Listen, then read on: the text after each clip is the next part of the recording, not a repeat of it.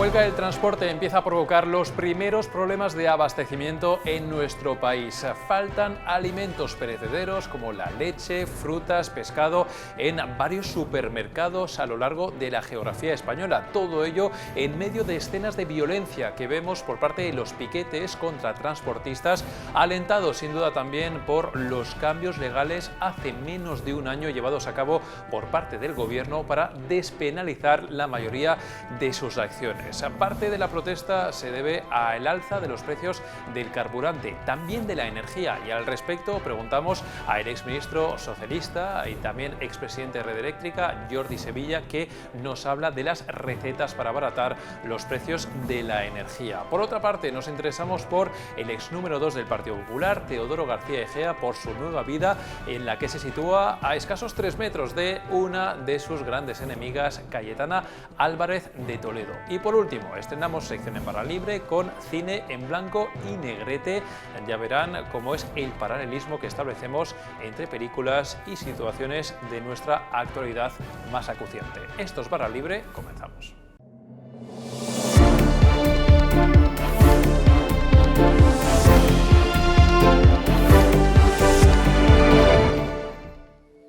Comenzamos ya esta edición de Barra Libre y lo hacemos hablando de la huelga del transporte que se ha hecho notar estos últimos días en las carreteras y cada vez más también en los supermercados. Queremos hablar de lo que está pasando y también de la situación con respecto a los piquetes, y lo queremos hacer con nuestras compañeras de economía, con Nerea San Esteban. ¿Qué tal, Nerea? ¿Cómo estás? ¿Qué tal? Y con Mercedes Serrayer. Mercedes, ¿qué tal? Hola, ¿qué tal? A ver, Nerea, voy a empezar contigo y te voy a preguntar lo primero de todo, lo que le preocupa más a la gente. ¿Qué es lo que está pasando en los supermercados en algunos puntos de España? ¿De verdad estamos viendo ya desabastecimiento, sobre todo de algún tipo de productos, como por ejemplo los más perecederos? ¿Hay riesgo de desabastecimiento no solamente ahora, sino también en los próximos días por esta huelga? Bueno, lo cierto es que, como bien comentas, los alimentos perecederos pues tienen una vida útil muy corta si no están refrigerados y no llegan al supermercado a tiempo. Lo que está pasando estos días, y ya cualquier consumidor lo ha podido ver en algunos supermercados, que empiezan a faltar algunos productos porque no está siendo posible que los camiones lleguen hasta las tiendas. Se trata de una situación pues que el gobierno considera que va a ser temporal y que en 1 o 2 días se podrá solucionar poniendo algún remedio para ello, bien por negociaciones con los que protestan o bien por limitar estas protestas. Pero lo que realmente está pasando es que tanto en las lonjas de pescado no puede salir el pescado a vender porque no se lo permiten los piquetes, de las plataformas logísticas no puede empezar la distribución porque tampoco se permite, y tampoco es posible entonces que lleguen los camiones a los supermercados, con lo cual sí, ya está pasando esto y bueno, esperemos que no sea generalizado y que no empiece a pasar en todas las categorías de productos. Nos dices que el gobierno espera que en cuestión de casi horas, días, 1 o 2 días, nos estás diciendo, se pueda solucionar esta situación, pero lo cierto, como dices, es que están esos piquetes en puntos estratégicos, en varios puntos de España para esa distribución. Frente a esto, una de las primeras medidas, y lo hemos visto ya en imágenes, ha sido ver cómo se han movilizado las fuerzas del orden precisamente para permitir a los transportistas pues llegar a buen puerto con sus mercancías. Así es, los ministerios tanto de Interior como de Alimentación y Agricultura como el de Transportes han formado un comité de coordinación un poco de esta situación, y por parte de Interior pues han puesto en marcha 24.000 efectivos de Policía Nacional y de Guardia Civil, y lo que están intentando hacer es escoltar a estos camiones para que puedan salir de las plataformas de distribución y llegar a los supermercados, y también están vigilando las áreas de servicio, que son donde descansan los camiones y los camioneros, pues para vigilar que no pase nada en esas horas en las que están parados, que no se les pinchen las ruedas o que consigan salir de donde están aparcados. Con lo cual se trata de un dispositivo bastante fuerte que está centrado sobre todo en los puertos de Algeciras, por ejemplo, en los puertos de Galicia, que es una de las comunidades autónomas donde más se está viviendo esta huelga con fuerza, y bueno, el objetivo simplemente es poder garantizar el suministro y el abastecimiento a todos los supermercados de España. Claro, Nerea, tenemos la acción de los piquetes, ya hemos visto algunas de esas acciones, por ejemplo, a las que tú comentas, y frente a esto tenemos también ese margen limitado de actuación, ¿no? Está bien poner a la policía, a las fuerzas del orden, a tratar de escoltar o limitar las acciones contra los transportistas, pero luego, en realidad, el margen por parte del gobierno de actuación contra los piquetes, Mercedes, también es limitado. Sí, escuchando a la ministra de Transportes, una ministra socialista de un gobierno socialista de Podemos, bueno, pues estaba clamando contra estos piquetes ultraviolentos que está viendo y con palabras muy duras, pero claro, el margen es muy limitado porque el propio gobierno se lo ha hecho así, está probando su propia medicina, porque hace un año, un poquito menos de un año, aprobó una ley, una reforma del Código Penal que despenaliza estos actos violentos de los piquetes, entonces se queda coartado sobre los efectos penales de penas de prisión y de responsabilidades que puedan tener estos piquetes, y bueno, pues está probando su propia medicina. O sea, el Gobierno ha cambiado la propia ley, las propias normativas para este tipo de acciones, digamos que, no sé si se puede llegar a decir que ha despenalizado algún tipo de esas acciones, porque hay que recordar que antiguamente, y no tan antiguamente, en fin, ha habido muchas personas que se han dedicado a hacer este tipo de acciones que han acabado en la cárcel. Sí, esto tiene una historia larga. A ver, en España no hay ley de huelga, es una reclamación de siempre, pero no la hay. Entonces, lo que hay es en el Código Penal, desde hace muchísimos años, hay un artículo por el que está penalizado las acciones violentas en el marco de una huelga, o sea, hay un tipo de coacciones en el marco del trabajo y en el marco de una huelga estaban penalizados, ¿no? Y bueno, pues había bastante gente en la cárcel, de sindicatos mayoritarios, de UGT sobre todo, de comisiones, y estuvieron presionando. Ellos mismos fueron los que registraron en el Congreso esta iniciativa legislativa, con el apoyo del PSOE y de Podemos, ¿no? Y además, claro, esta despenalización tiene efectos retroactivos, tienen estas cuestiones, las normas penales, por lo que la gente que estaba en la cárcel salió con esto, ¿no? Había bastante gente en la cárcel de la huelga general del 12 y de otras, ¿no? Y bueno, esta ley también tuvo su polémica con el Partido Popular, porque en la exposición de motivos entendemos que por parte del Ministerio de Trabajo, Yolanda Díaz, se decía que con esta ley se estaban recuperando los derechos de los trabajadores que había cercenado el PP en la reforma laboral, pero esto no viene de la reforma laboral, ha estado en el Código Penal desde hace mucho tiempo, y entonces el PP lo recurría al Constitucional. Es utilizar, digamos, el BOE para hacer una especie como de proclama política, pero el Constitucional no lo admitió porque consideró que las exposiciones de las leyes no tienen ninguna trascendencia, ¿no? Bueno, pues ya lo ven, una nueva patata caliente que tiene el Gobierno encima de la mesa, pues si eran pocas en estos últimos tiempos de dificultades, entre unas cosas y otras. La verdad es que, en fin, son muchas las medidas también que hay que adoptar, en este caso, por petición. Lo escuchábamos, por ejemplo, pues de los transportistas, de las patronales y también de los propios supermercados y de sus clientes que quieren tener pues esos alimentos, y lo cierto es que esto preocupa y mucho en los hogares, y lo sabemos. Nerea San Esteban, muchísimas gracias por la información. A vosotros. Y Mercedes Serrayer, muchísimas gracias a ti también. A vosotros. Bueno, son varias las causas del malestar de los transportistas. Por supuesto está el elevado precio de los combustibles, pero también tiene que ver, por ejemplo, pues el elevado precio de la energía. A este respecto hemos preguntado por las recetas para abaratar, por ejemplo, el precio de la energía, el precio de la luz, a el exministro y expresidente de Red Eléctrica, a Jordi Sevilla. Esta es la entrevista de nuestro compañero Alberto Sanz y de Clara Rodríguez.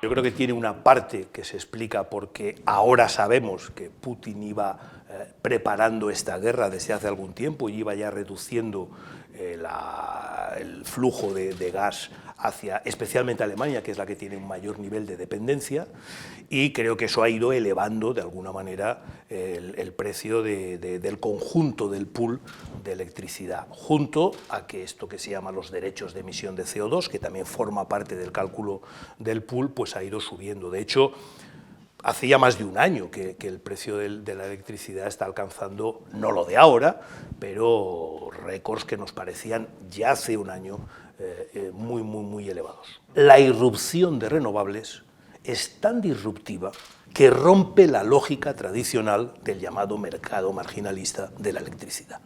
Esto que se suele decir, oye, ¿por qué pago la carne de pollo a precio de solomillo? ¿No? Es complicado de explicar. Y yo creo que esta debería ser una ocasión para no solo topar el precio del gas, sino para reformar el mercado eléctrico, que por cierto es uno de los compromisos del programa de este gobierno. A corto plazo es muy complicado todo, eso no es fácil de cierro este grifo, abro el otro, ¿no? A medio plazo se sabe, primero, apostar mucho más fuerte por las renovables, segundo, apostar mucho más fuerte por las interconexiones. España tiene gas que exportar a Europa, pero eso hay que regularlo. Y bueno, yo creo que de alguna manera trasladar también a los ciudadanos la apuesta por el ahorro y la eficiencia energética, porque es evidente que esto va a durar como precios no tan elevados como ahora, pero precios elevados al menos hasta que cambiamos el mercado marginalista o hasta que la presencia de renovables sea todavía mucho más elevada que ahora. Yo creo que los objetivos vinculados a las reducciones de CO2, porque no perdamos de vista que todo esto está con un objetivo que es reducir las emisiones de CO2, se deberían de revisar, dado que no los estamos cumpliendo los objetivos a los que nos comprometimos los gobiernos en la COP de París, ¿no? Y yo creo que se deberían de flexibilizar algunos criterios, especialmente el relacionado con el calendario de cierre de nucleares o incluso con la apertura hacia nuevas tecnologías que utilizan la nuclear, pero que no tienen nada que ver con las tecnologías, con las centrales nucleares clásicas que a todo el mundo nos asustan. Yo espero que si efectivamente se sale adelante con el planteamiento de destopar del mercado del precio de la electricidad el precio del gas, esto lo veamos en 15-20 días. Y seguimos con nuestro programa y queremos abordar un nuevo capítulo de la crisis del Partido Popular, más o menos. Jesús Ortega, ¿qué tal? ¿Cómo estás? Hola, ¿qué tal? A ver, con una cara un poquito más amena, por así decirlo, y vamos un poquito más al detalle de qué es lo que está pasando unas semanas después con uno de los grandes protagonistas de la crisis del PP, como es Teodoro García Egea. Estás publicando y en Voz Populi que está en su nueva vida a 3 metros de una de sus archienemigas, como es Cayetana Álvarez de Toledo. ¿Cómo es esto? Bueno, pues sí, el destino ha querido que Teodoro García Egea, después de dimitir como secretario general del partido, haya sido reubicado en la bancada del Grupo Popular en el Congreso y, bueno, pues comparte la cuarta fila con Cayetana Álvarez de Toledo, que hay que recordar que fue reubicada ahí después de su cese como portavoz parlamentaria, un cese en el que Teodoro García Egea pues, fue clave en esa decisión de Pablo Casado. Y bueno, por lo que nos cuentan compañeros de bancada, tanto de Teodoro García Egea como de Cayetana Álvarez de Toledo, es que solo le separa 5 escaños, o sea, hay 5 compañeros entre medias de ambos, y bueno, pues la verdad es que está muy cerca. También es verdad que está justo detrás de Alberto Casero, su mano derecha en Génova y el diputado que se ha hecho conocido por todos por su votación en la reforma laboral. Y bueno, pues esa es la nueva ubicación de Teodoro García Egea después de su cese como secretario general. Claro, es verdad, esto de detalle que no se nos pase. Teodoro García Egea, que fue el que mandó a la grada, entre comillas, a Cayetana Álvarez de Toledo, y ahora resulta que Teodoro se ha ido a la grada también con Cayetana Álvarez de Toledo. A todo esto, Teodoro García Egea, claro, ahora tiene un futuro, digamos, un poco más incierto, obviamente, dentro del partido. No es que haya dejado precisamente muchos amigos dentro de lo que va a ser la futura cúpula del partido. Entonces, claro, la pregunta que cabe hacerse ahora es ¿a qué se va a dedicar, tanto dentro como fuera del Partido Popular? Bueno, él lo que ha comentado a sus compañeros de bancadas, a los diputados más próximos, es que él va a continuar en el Congreso, no va a renunciar a su escaño, y sí que es verdad que lo que queda de legislatura sí que quiere compaginar esa actividad parlamentaria con la vuelta a la universidad. Hay que recordar que García Egea fue profesor asociado de la Universidad Católica de Murcia y quiere regresar a la universidad, volver a dar clases, y cree que puede compaginar ambas actividades, tanto la de diputado como la de ser profesor asociado de la universidad. Y además, bueno, pues los diputados más próximos recuerdan que pues cada vez que hay una remodelación en la dirección de un partido y demás, los cargos salientes pues siempre tienen, digamos, reciben un gesto por parte de la nueva dirección del partido, que es premiarles, por decirlo así, con la presidencia de una comisión parlamentaria. Recuerdan, por ejemplo, que el Partido Socialista, después de la salida de Carmen Calvo y de Ábalos del gobierno, pues fueron nombrados presidentes de las comisiones de Igualdad y de Interior, respectivamente, y el entorno de García Egea espera pues ese reconocimiento, por decirlo así, de la nueva dirección del partido al secretario general. Claro, lo que pasa es que no sé si la situación de Carmen Calvo, por ejemplo, de Ábalos, es homologable o comparable con lo que le ha pasado a Teodoro García Egea en el Partido Popular, donde además recordemos que no tenía ningún tipo de cargo público, sino solamente un cargo orgánico dentro del partido, ¿no? Te pregunto, frente a esta situación, ¿cuál es un poco la actitud de Teodoro García Egea? Tú que estás en el Congreso, que sigues el día a día del Partido Popular, ¿cómo se le ve? Quiero decir, ¿está devastado por lo que ha pasado? ¿Más bien está tranquilo? ¿Cómo interpreta su situación ahora mismo? Bueno, lo primero es que se le ve, porque se deja ver. García Egea, a diferencia, bueno, hay que recordar que Pablo Casado tuvo una última intervención y no ha vuelto al Congreso, su escaño está vacío, él podría volver, pero Casado no ha vuelto al Congreso, y García Egea sí que acude a las sesiones plenarias, y además pues se deja ver en el patio, habla con los periodistas, no tiene ningún problema, y él lo que comenta a sus propios compañeros de partido es que él está tranquilo. Él es consciente de que su presencia en el Congreso genera nervios en algunos compañeros de partido. Ya contamos hace unas semanas que incluso en el PP se temía que García Egea pudiera estar impulsando una candidatura alternativa a la de Feijóo, algo que no se ha producido y demás. Él es consciente de todo este ruido, pero él considera que él fue elegido diputado por Murcia para 4 años, él tiene que estar estos 4 años en el Congreso, quiere complementar esta actividad con la vuelta a la universidad, y bueno, pues si al final le nombran presidente de comisión, pues él encantado, ¿no? Bueno, el profesor Egea, a ver si lo vemos finalmente, veremos qué es lo que pasa en las próximas semanas, pero bueno, por pronto es verdad que se sigue dejando ver, lo cual está muy bien. Y tengo una última pregunta que hacerte muy a bote pronto, que se me ha ocurrido por lo que estabas contando. Pablo Casado no se deja ver en estas últimas semanas, pero si hay una votación importante o algo así, ¿tendrá que ir al escaño a ocuparlo o qué va a pasar? La verdad que, de hecho, mira, ayer jueves hubo votaciones, los jueves hay votaciones en el Congreso, no se dejó ver, es una pregunta, la verdad que no he confirmado si votó telemáticamente, entiendo que sí, él puede votar telemáticamente, como hizo Casero en su día, ¿no? Pero bueno, la dirección del Grupo Popular asumen que Casado no va a volver al Congreso de los Diputados. Sí que nos comentaban también en una conversación esta semana que por los estatutos del partido el escaño del presidente del partido se tiene que respetar, por decirlo así, por eso esa imagen de escaño vacío que no ocupa Cuca Gamarra, por ejemplo, y en cambio a García Egea sí que se le ha reubicado, ¿no? Esa es la diferencia. García Egea sí que acude a los plenos a votar, Casado en cambio si vota es telemáticamente. Bueno, pues a ver si sigue habiendo voto telemático a largo plazo, porque si no, como hay una votación ajustada, vamos a tener aquí una situación cuanto menos curiosa. Jesús Ortega, muchísimas gracias por la información y seguiremos de cerca a ver qué es lo que pasa dentro de ese divorcio que ha habido en el Partido Popular, el que pasa con unos y otros, que siempre es interesante hacer ese seguimiento. Muchas gracias. Gracias. Y por último queremos despedir esta edición de Barra Libre con una nueva sección que se llama Cine en Blanco y Negrete. En esta ocasión vamos a ver cómo la película Solo ante el peligro puede ilustrar bien la situación que está viviendo Ucrania frente al invasor ruso. Con esto despedimos esta edición de Barra Libre, volveremos el fin de semana como siempre con más contenidos. La invasión de Ucrania por parte de Rusia es la lucha de David contra Goliat.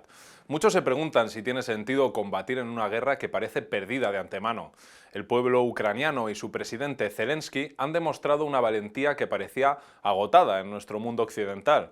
En Cine en Blanco y Negrete os recomendamos un clásico que conserva la esencia de ese bravo espíritu que está demostrando el pueblo ucraniano, Solo ante el peligro. Solo ante el peligro, película de 1952 dirigida por Fred Zinnemann, narra la historia de un sheriff, Will Kane, interpretado por Gary Cooper, que el día de su boda con Amy, a la que pone cara Grace Kelly, recibe la noticia de que han absuelto al criminal Frank Miller, un hombre que juró matarlo. En la estación de tren de Hadleyville lo esperan otros 3 amigos de la banda, uno de ellos interpretado por Lee Van Cleef, una de las personas con más cara de malo que se puede encontrar. Juntos tratarán de matar a Kane e implantar su propia ley en el pueblo. Ante esta situación, el personaje de Gary Cooper cancela sus planes de boda, se enfunda el traje de sheriff, el revólver y busca por todo el pueblo a voluntarios que le ayuden a hacer frente a estos criminales. De la misma forma, Putin, movido por sus delirios de grandeza, siembra el caos, la muerte y la destrucción en un país democrático y soberano como Ucrania.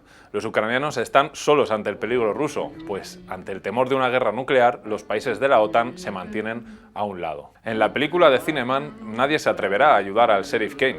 Nadie, salvo un borracho y un niño, los únicos dispuestos a arriesgar su vida por un bien superior. Y es que, en estos momentos en los que algunos, como los dirigentes de Podemos, recomiendan a los ucranianos de poner las armas y rendirse a cualquier precio, aunque lo llamen diplomacia de precisión, es cuando más hay que subrayar que las luchas contra el absurdo son las únicas que merecen la pena. Menos mal que quedan personas como el sheriff Kane dispuestos al sacrificio por un bien mayor. De la misma forma que en la resistencia francesa contra los nazis siempre habrá dos tipos de personas. Los que, como Albert Camus, arriesgaron su vida para combatir el mal y los que, como Jean-Paul Sartre, prefirieron dormir el sueño de los cobardes en un viejo teatro.